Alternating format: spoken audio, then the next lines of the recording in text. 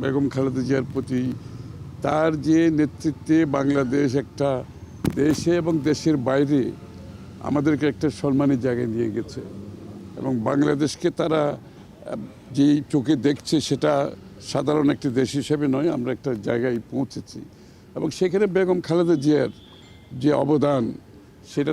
তার স্বীকৃতি হিসাবে তারা বাংলাদেশে আসছে এবং আগামীতে বাংলাদেশের সাথে এই সমস্ত দেশগুলোর সম্পর্ক সম্বন্ধে